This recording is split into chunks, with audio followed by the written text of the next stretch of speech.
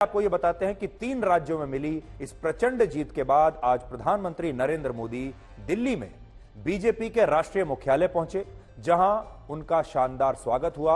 एक नायक की तरह, एक ऐसा नायक जो युद्ध जीतकर वापस लौटा हो, बिल्कुल उसी अंदाज में उनका स्वागत हुआ। और इस दौरान पहले तो आप तस्वीरें देख लीजिए, बिल्कुल वैसा ही स्वागत है जैसा मैं आपको कह रहा था कि युद्ध जीतने के बाद या कोई बहुत बड़ा मैच जीतने के बाद जब कोई नायक वापस लौटता है तो इस प्रकार का सम्मान उनका किया जाता है।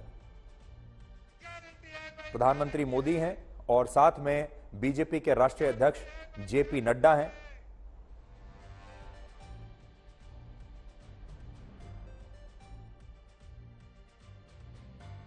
और आज का जो दिन है वो बीजेपी के लिए बड़ा शुभ दिन है, बहुत संतोष का दिन है। और उनका जो परिश्रम रहा इस दौरान वो रंग लाया, उनकी मेहनत कामयाब हुई। और जब प्रधानमंत्री मोदी ने आज अपना भाषण दिया मंच पर आकर, तो अपने भाषण में उन्होंने 5 बड़ी बातें कही हैं। पहली बात, आज की जीत ने वर्ष 2024 में भी प्रधानमंत्री मोदी को जीत की गारंटी दे दी है। यह बात जो उन्होंने बोली है, इससे विपक्ष बड़ा परेशान हो रहा होगा, क्योंकि कहीं आज की जीत लोकसभा चुनाव में भी जीत की गारंटी ना बन जाए, ये दुस्वप्न अभी से विपक्ष को आने लगेंगे। दूसरा, जहां लोगों की बाकी पार्टियों से उम्मीद खत्म होती है, वहीं से मोदी की गारंटी शुरू होती है, यानी लाइन वहीं से शुरू होती है जहां हम खड़े हो जाते हैं।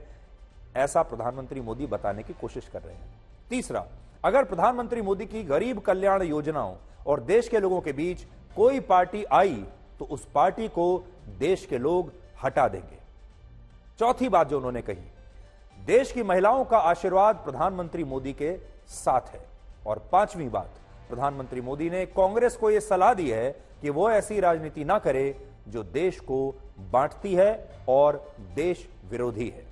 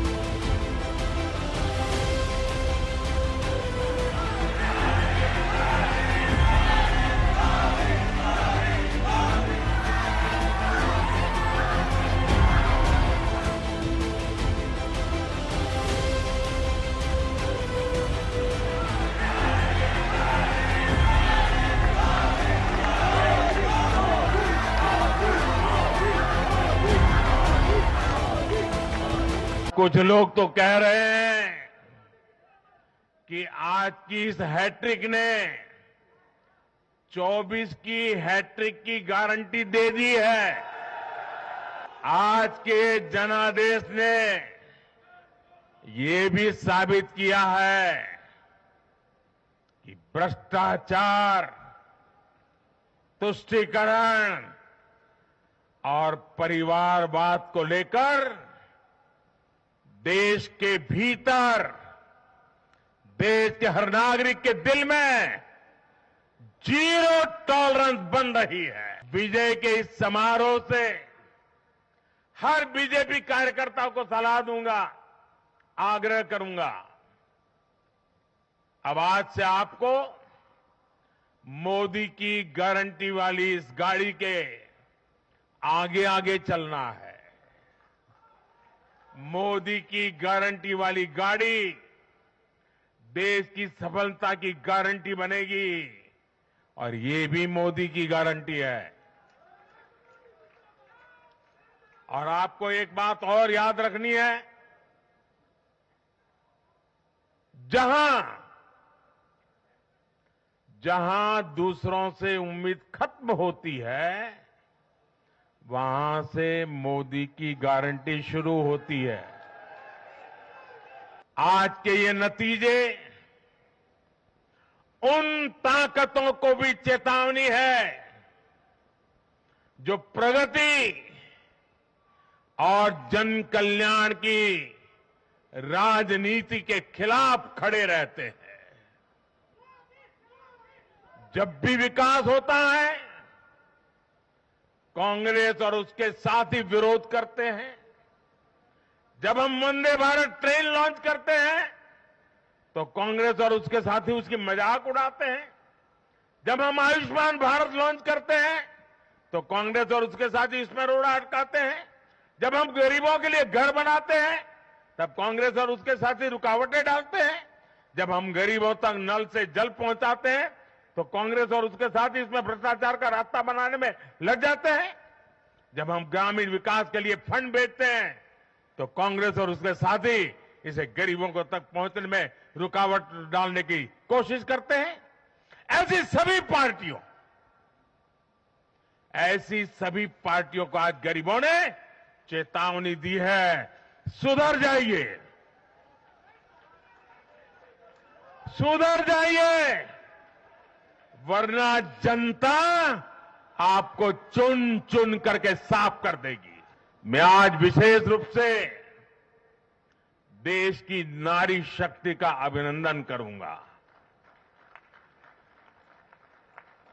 रैलियों में मैं अक्सर कहता था कि इन चुनावों में नारी शक्ति ये ठान कर निकली है कि भाजपा का परचम लहराएगी। और जब देश की नारी शक्ति किसी का सुरक्षा कवच बन जाए तो कैसी भी ताकत उसे नुकसान नहीं पहुंचा सकती। आज नारी शक्ति वंदन अधिनियम ने देश की माताओं, बहनों, बेटियों के मन में नया विश्वास जगाया है। जिन्हें संदेह है, हमें उनमें भरोसा जगाना है।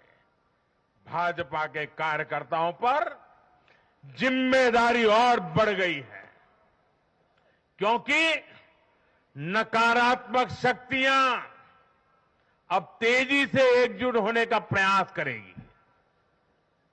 देश को बांटने वाली ताकतें अब एड़ी चोटी का जोर लगाएगी। समाज में खाई पैदा करने वाले अब नए मौके तलाशेंगे।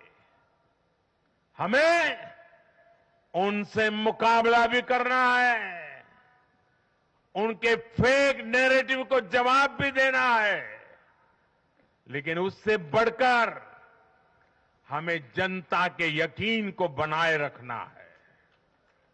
साथियों, उत्साह और उमंग के इस वातावरण के बीच